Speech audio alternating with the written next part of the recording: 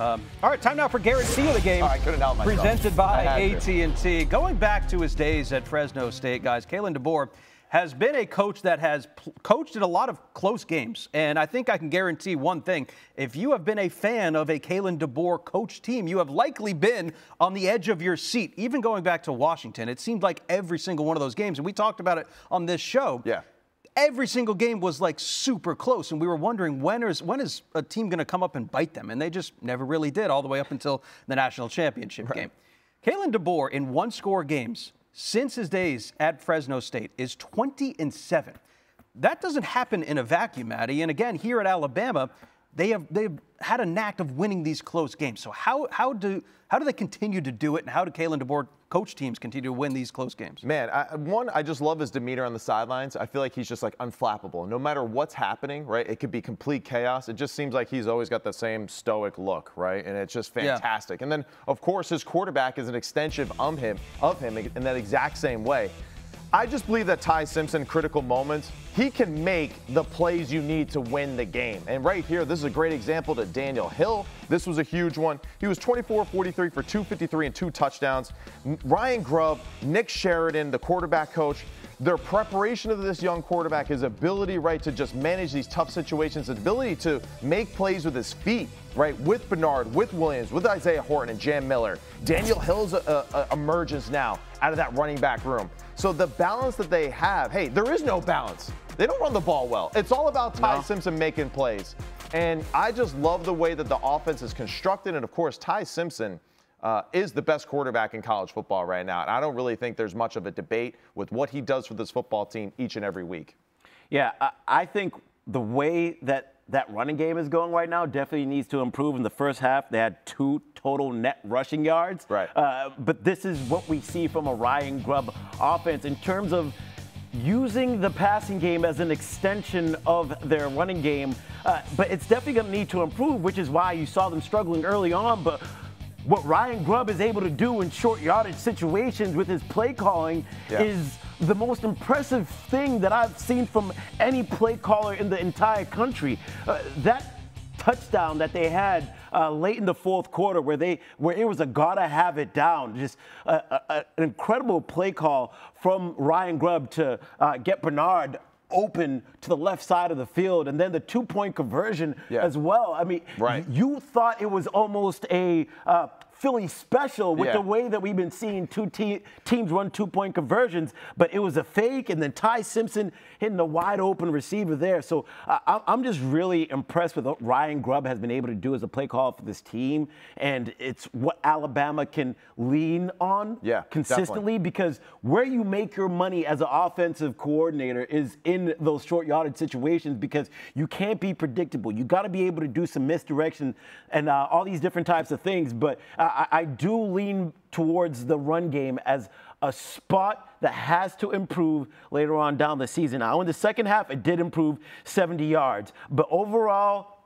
a great performance from their team in the fourth quarter, because that's where they were struggling. When I look at how this Alabama team was doing, they were down 8 points with under 3 minutes left in the fourth quarter, and then Ty Simpson went 9 for 12 for 60 yards and a passing touchdown. Right. That's the most completions that he's had in any fourth quarter in his career. Right. But this has never been like their MO. You mentioned it. The run game has never been what they specialize in, but they don't.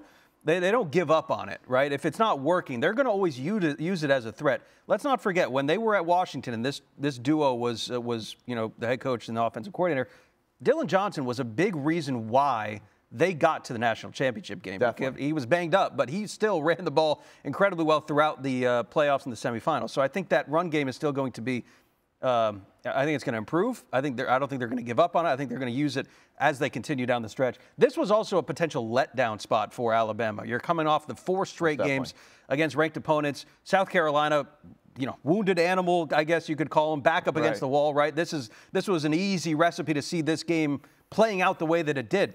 Alabama has found ways to win games in a variety of different ways, whether you look at the Tennessee game, going all the way back to Missouri. Like they figure out how to win these games.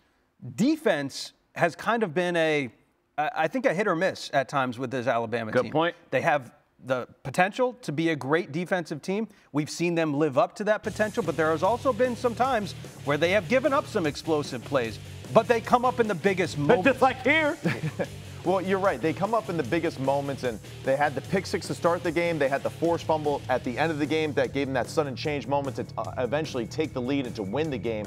But overall, I think the biggest concern for me in this defense is their ability to stop the run. There still seems to be an issue with an athletic quarterback like a Lenore Sellers with whatever the running attack that they're going against. They are very leaky in the run game, and that has to improve, right? Gave up 111 yards on the ground today, and Lenore Sellers was able to make a lot of plays with his feet, and he had a few that unfortunately got called back on penalties where he was making some great scrambles as well. So for them going forward defensively, they have to get better at stopping the run. The pass gaming, I think they're one of the best pass defending teams in the country with Saab, with Hubbard, yeah. Damani Jackson. We saw Deshaun Jones with his interception and pick six. And then the linebacker crew doing a good job of just flying around and being available in that passing defense with Lawson, of course, right, with Justin Jefferson. So they got some dudes that can really make some hay. Now, who's going to be the emerging stars in the defensive front? Are we going to see some more of Keon Keeley, the young man who made a play there at the end and the sack to close out this game? Will we see more from Pierre in obvious pass rush situations? Right. But that is definitely something. The obvious pass rush downs and the rushing defense have to improve for Alabama going forward. Yeah, that pass rush definitely needed to improve in this game when you're going against a South Carolina team that has Lenore Sellers, who's been sacked 22 times, the most in the country of any quarterback, and you're not able to get after him